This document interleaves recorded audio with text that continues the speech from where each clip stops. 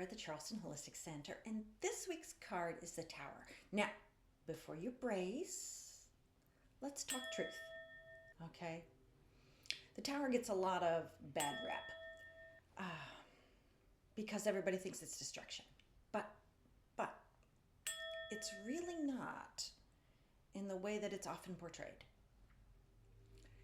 Because it's not destruction for pain's sake. This is the soul recalibrating, the higher self saying, no more illusion. All right?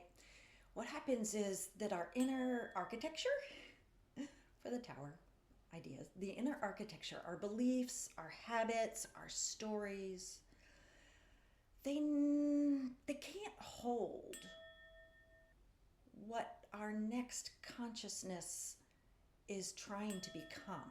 So there has to be a shift. There has to be.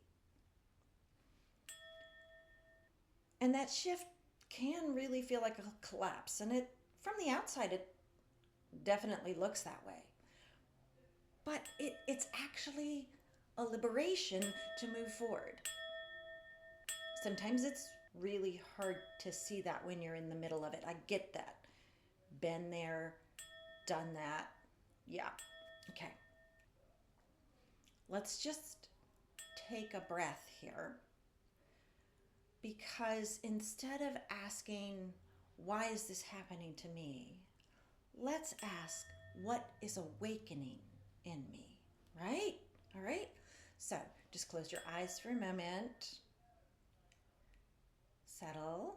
Now take a nice deep breath in. Breath out. Breath in. Breath out. One more.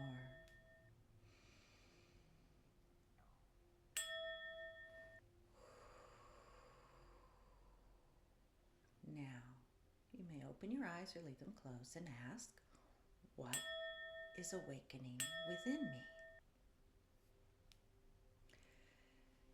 This is an important question because at the end of this week, on November 9th, we go into Mercury retrograde.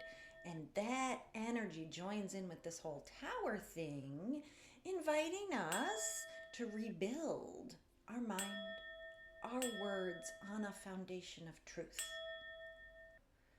Opening to the next level of consciousness. Lightning may strike, but it's striking for you. Think about that this week. All right, if you like the video, please do like. If you haven't subscribed, please do, and click that little bell. And share this with everybody because Tower energy can be frightening, but it's not meant to be. All right? Thank you and namaste.